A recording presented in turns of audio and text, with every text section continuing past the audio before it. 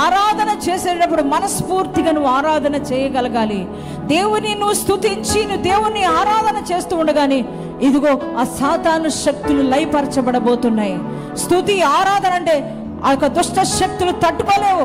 ఎందుకంటే నువ్వు స్తుతించి ఆరాధించినప్పుడు దైవ శక్తి నీలోనికి వస్తుంది కనుక, దైవ శక్తి రిలీజ్ అయినప్పుడు దుష్ట శక్తులు ఉండవు, ఆ చేతబడి శక్తులు ఉండవు, మాంత్రిక శక్తులు ఉండవు, ఏ దురాత్మ ప్రభావం ఉండదు. అందుకే మీరు మౌనంగా కాక ఈ రోజున కేకలు వేస్తూ దేవుని ఆరాధన చేయండి. ఆనాడు పౌలు శీలలు పాటలతో ప్రార్థించినప్పుడు ఆ యొక్క సంఖ్యలు బ్రద్దలైపోయినాయి, చెరసాల బ్రద్దలైపోయినాయి, సంఖ్యలు తెగిపోయినాయి. నీ బంధకాలు తెగిపోవాలి అంటే, ఈరోజు నీ చుట్టూ నీ ఆవరించిన సంఖ్యలు తెగిపోవాలంటే నువ్వు చేయవలసింది ఏంటంటే స్తుతి ఆరాధన చేయాలా. స్తుతి ఆరాధన చేసినప్పుడు ఇదిగో ఆ బంధకాలన్నీ తెగిపోబోతున్నాయి. స్తుతి ఆరాధన చేసినప్పుడు ఇశ్రాయేలులు ఎరుకో గోడలు కుప్పగొల్చబడినాయి.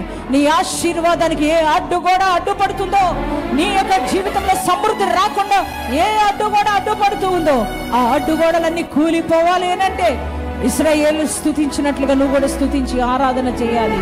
మౌనంగా కూర్చుంటే సరిపోదు. నీ జీవితంలో కార్యమాసించి వచ్చిన నీవు దేవుని ఆరాధించడానికి నిన్ను ఆయుత్తపరచు.